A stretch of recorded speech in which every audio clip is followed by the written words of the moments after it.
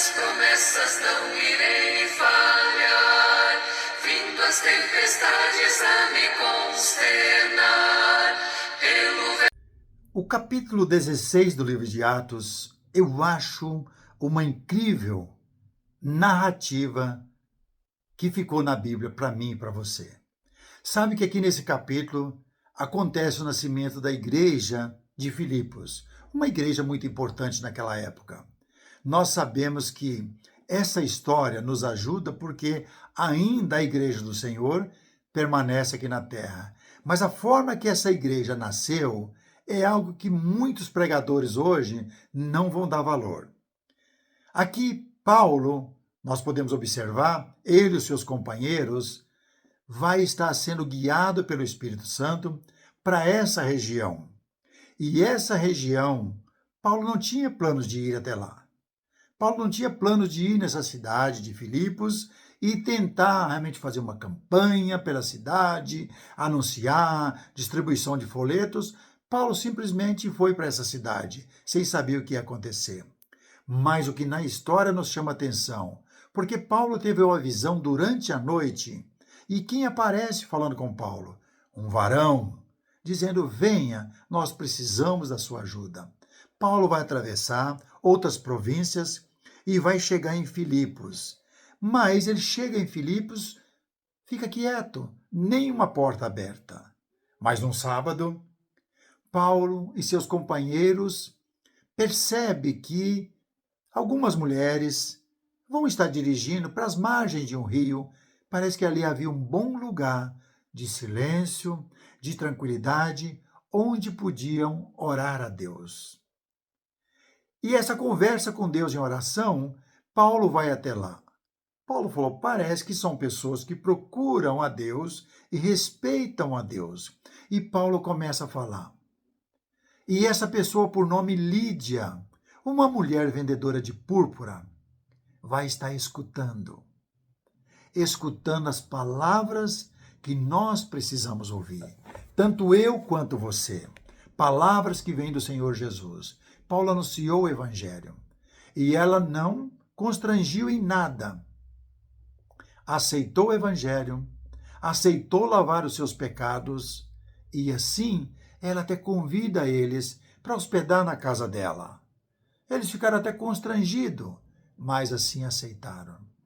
Mas o ataque fulminante do espírito da desobediência não perdoa.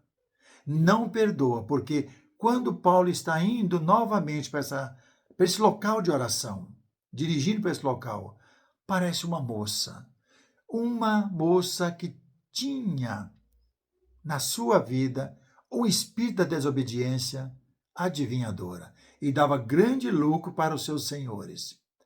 Ficou vários dias acompanhando Paulo e chegou uma hora que Paulo não aguentou. Paulo falou: olha, não aguento mais. Em nome de Jesus, saia desse corpo. O espírito da desobediência não aguenta Cristo. Saiu. O apóstolo Paulo expulsou. Mas essa conversa, essa notícia, imediatamente chegou aos ouvidos dos seus senhores. Os seus senhores não estavam contentes, ficaram tristes com isso. Encontramos parte dessa história no versículo 19 do capítulo 16 de Atos. Vendo os seus senhores que lhes desfizeram a esperança do lucro, agarrando em Paulo e Silas, os arrastaram para a praça, à presença das autoridades. E levando-os ao pretório, disseram: estes homens, sendo judeus, perturba a nossa cidade, propagando costumes que não podemos receber nem praticar, porque somos romanos. Levantou-se a multidão unida contra eles e fizeram o quê? Os pretórios, rasgando-lhes as vestes, mandaram açoitá-los com varas. Homens de Deus, pregando o evangelho, varas, e açoitaram. E depois de dar muitos açoites, lançaram no cárcere, ordenando ao carcereiro que os guardasse com toda a segurança. Homens contra Deus não tem vantagem nenhuma. Não tem vencedor. Contra Deus não se pode. Preste atenção nisso. Não podemos contra Deus. A sua palavra é o meio pelo qual nós podemos nos livrar da condenação eterna. Não há outro caminho. Pois bem, colocaram esses homens no cárcere. O carcereiro, armado de unhas e dentes, provavelmente outros agora estão ali vigiando. Mas o Senhor é maravilhoso. Deus quer a salvação do homem. Esses açoites, provavelmente as costas ardendo, não foi só um açoite, estão lá agora preso em cadeias. Prenderam os pés, provavelmente prenderam as mãos e ficaram lá. Você sabe que não tinha luz elétrica naquela época, mas meia-noite, Paulo e Silas fizeram o quê? Começaram a chorar e lamentar? Não. Outra lição para mim e para você. Não estavam chorando e nem lamentando. O que eles fizeram? Cantaram hinos de louvor a Deus. Oraram a Deus e cantaram hino de louvores. Como é que Deus pôde ouvir esses hinos? Talvez as suas vozes meia trêmula porque estava doendo os açoites. As suas orações, talvez saiu até vozes inexprimíveis porque estava doendo os açoites. Mas estava falando com o dono da seara, aquele que deseja que nós sejamos salvos. Então Deus, o que Deus fez? Fique tranquilo, meus filhos, isso não é nada.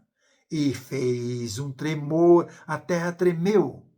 E aí as cadeias se soltaram, as portas abriram. O carcereiro sabe que a pena que vem do seu superior, quando alguém vai embora da prisão, ele paga com a sua vida. O que ele fez? Arrancou da espada e já ia suicidar. Paulo disse: não faças isso. Não faça. Aqui estamos todos, tanto nós, injustamente, né?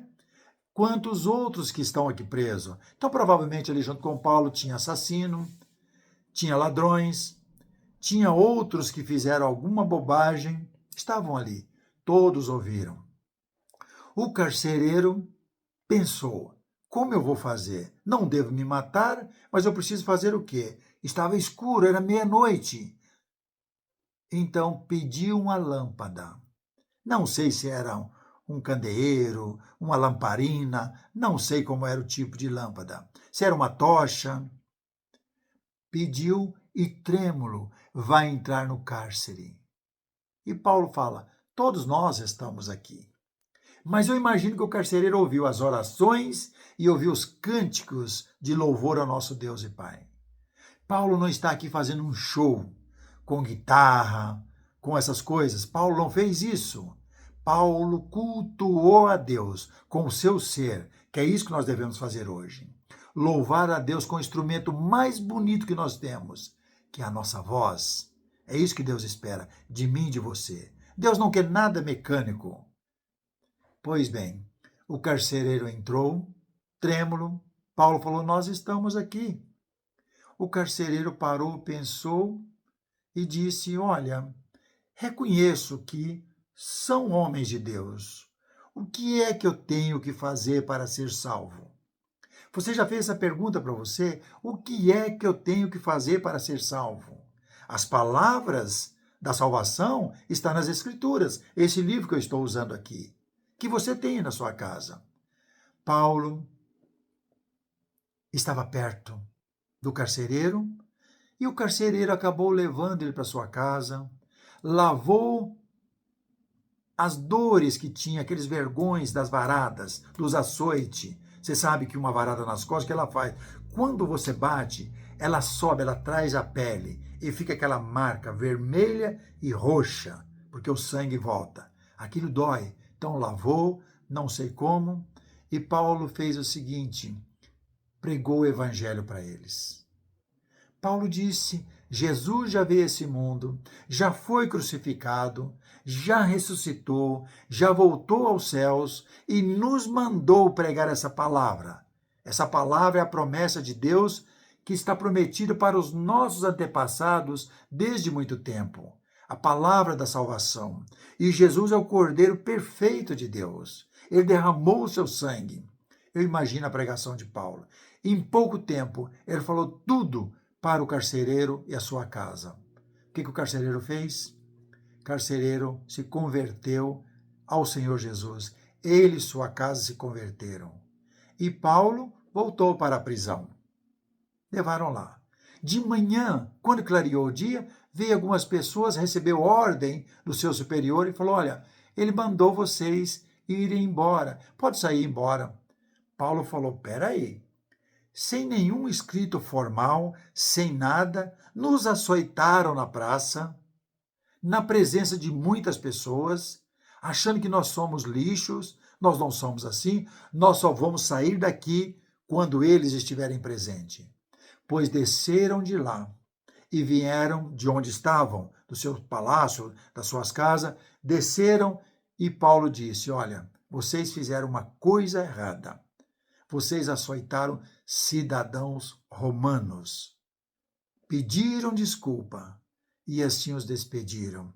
E Paulo vai sair desse lugar glorificando e louvando a Deus. E daqui ele vai para outra cidade chamada Tessalônica, depois Bereia e depois vai até Atenas, pregando o evangelho.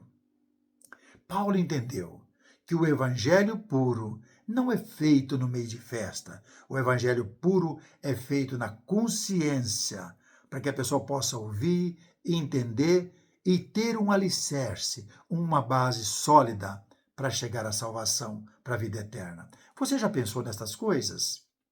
Você já leu a Bíblia pensando nestas coisas? Como Deus tem feito tudo isso? Se você ainda não pensou nessas coisas, olha para essas passagens. Olhe e veja como o evangelho foi com dificuldade que foi entrando na vida das pessoas no começo da igreja. Quando você estiver lendo essa carta aos Filipenses, lembra de Lídia, lembra do carcereiro. Essa mulher foi importante na implantação dessa igreja. Parece que ela era bem de vida, vendia púrpura, né, tecido de luxo naquela época. Mas lembra de Lídia, uma mulher temente a Deus, juntamente com outras mulheres, iam no sábado para um lugar onde tinha silêncio, podiam cultuar a Deus. E Paulo chegou nesse lugar. Mas veja que interessante, Paulo viu um varão, mas quem está atendendo ele é uma mulher que os ouviu. Carta aos Filipenses mostra tudo isso. Essa igreja que nasceu na casa dessa mulher, em Filipos, foi uma igreja que, através das suas ofertas, ajudou Paulo a continuar pregando o evangelho, não só uma vez, mas separava dos seus bens, da sua oferta, que chegava até Deus como aroma suave do sacrifício de cada um e aumentou o crédito para a vida dessas pessoas. E Paulo pôde pregar o evangelho. Essa é a forma certa. Essa é a verdadeira igreja do Senhor. Essa igreja existe até hoje. Até hoje essa igreja existe de uma forma simples, que começa no lar, começa nos lares, talvez com uma pessoa, duas pessoas, uma pessoa interessada em servir a Deus e rapidinho, e Jesus falou, onde estiver 2 ou 3 em meu nome, em acordo com aquilo que eu estou ensinando, eu estou com eles. Faça o certo, nunca faça o errado. E assim você vai receber o galardão para a vida eterna. Que Deus nos ajude a manter a pureza do Evangelho. Eu sempre tenho falado isso. Manter a pregação pura do Evangelho, porque ela vai salvar as pessoas. E se Jesus não voltou até hoje, se Deus não voltou até hoje para buscar a sua igreja, é porque Ele ainda espera que você se converta a Ele. Porque Ele tem chamado muitas pessoas, mas não são todos que são sinceros perante Deus. Seja como Lídia. Aceite o Senhor e Salvador para morar com Deus para a eternidade. Seja bem-vindo à nossa página. Se você já é inscrito, continue sendo mensageiro do Senhor. Se você só está nos visitando, seja bem-vindo, continue fazendo uso da boa palavra do Senhor. Hoje nós falamos de Atos, capítulo 16, mas vamos falar de muitos outros livros. Que Deus nos abençoe.